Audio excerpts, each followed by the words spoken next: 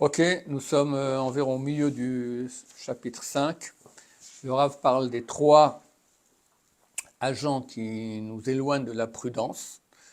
Le premier, c'était l'occupation du monde, on est occupé sans cesse à faire des affaires, on oublie les vraies raisons pour lesquelles nous sommes ici. Deuxième, c'était la rigolade. Il dit que c'est beaucoup plus dur que le premier. Paragraphe commençant par les mots vétiré.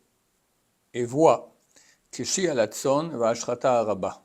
La difficulté ou la dureté de la rigolade et la grande destruction qu'elle provoque. Tikmo hamagen amashuach beshemen, car comme le bouclier qui est enduit d'huile, de graisse, à l'époque ils enduisaient de graisse, Asher yashmit viapil malab achitzim, qui va faire dévier et faire tomber les flèches qui touchent donc le bouclier, ou mashlicham la haaretz, les fait tomber à terre. Ils ne vont pas laisser les flèches toucher le corps de la personne. Ken elatson, de même est la rigolade, bifnei hatochacha va mardut, par rapport à la tochacha. Tocha, c'est de l'admonestation. Qu'on va à un chiour qui est censé nous corriger, et nous faire prendre conscience de la gravité de la chose, etc., l'importance de pratiquer la Torah.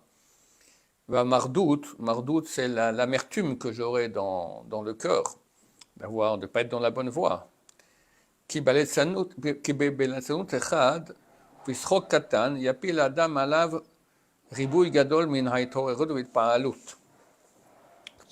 Par une moquerie et une petite rigolade, il dit même, l'homme fera tomber de lui une multitude grande de réveils. Vidpaalut et de Vidpaalut, il est touché parce qu'on lui a dit Machalev mitorer, le cœur se réveille, au mitpael est touché, beatzmo, par lui-même, mideroto o shamro inyanim, quand il verra ou entendra des choses, chez Aïrou, qui vont le réveiller, el acheshbon va pishpush bamaasim, vers le bilan et faire le tri de ses actions. Et par la force de la moquerie, il fera tomber tout cela à terre. Mais là, il y a assez beau Roshem Klal, ça ne lui fera aucun effet. Quelqu'un avait un chiour, un bon chiour, et le type part avec le cœur, c'est marqué, les paroles qui sortent du cœur pénètrent le cœur. Il est touché.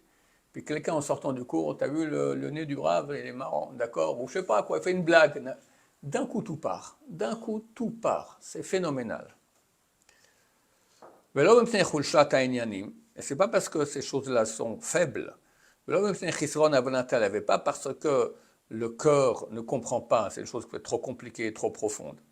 Mais tout simplement à cause de la force de la moquerie,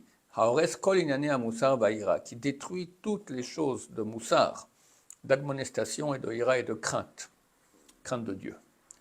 Et voici, un avis Yeshaya aya soveach alze kekrochia.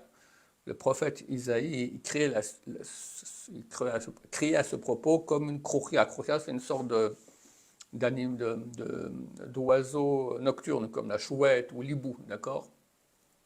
Kaya roe, שזה היה מה שלא היה מניח מקום לתוכחותיו שעשו רושם. Car il voyait que cette chose-là, donc la moquerie, c'est ce qui empêchait que ces admonestations, ce que lui parlait au peuple, fassent de l'effet sur eux.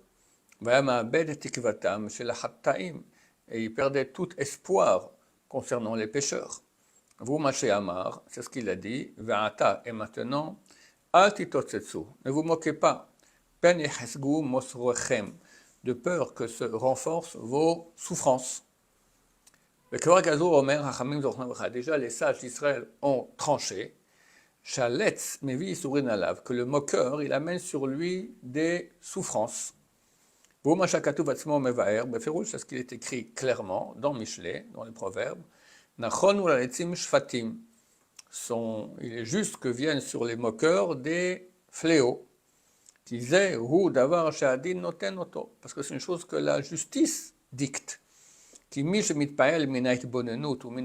car celui qui se réveille par la réflexion, l'étude, pas besoin qu'il souffre dans son corps.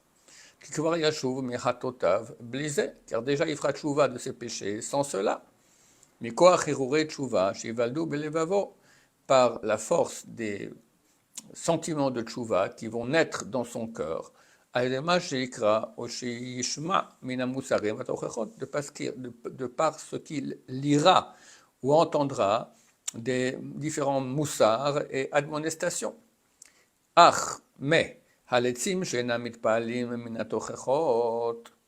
Mais les moqueurs qui ne vont pas se réveiller par les admonestations qu'on fait, à cause de leur rigolade, ils n'ont pas de réparation si ce n'est par la souffrance.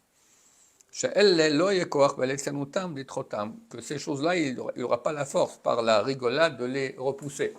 Quelqu'un qui, quand ça va mal, il arrête de rigoler. De repousser de lui-même. Kacher les trois moussarim, comme il repousse les moussars, les admonestations. Vine, et voici, d'après la gravité du péché et ses conséquences, le juge authentique a été aussi plus sévère, Be'oncho, dans sa punition.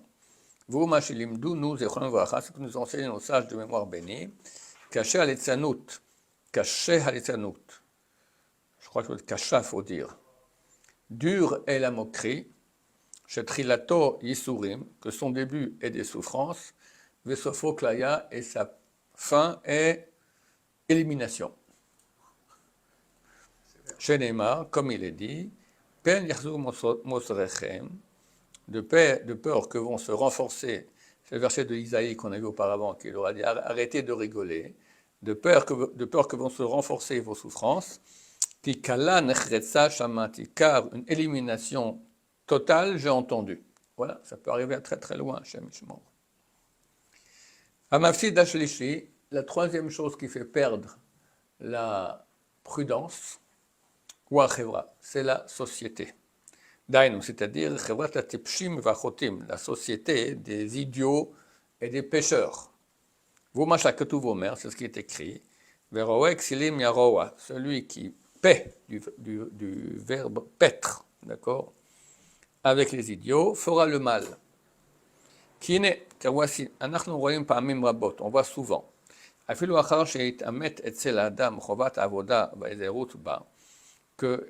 Après que même a été authentifié chez la personne l'obligation de servir Dieu et qu'il faut faire attention à cela, la zéhirout, la prudence, il va se relâcher de ce service de Dieu, où il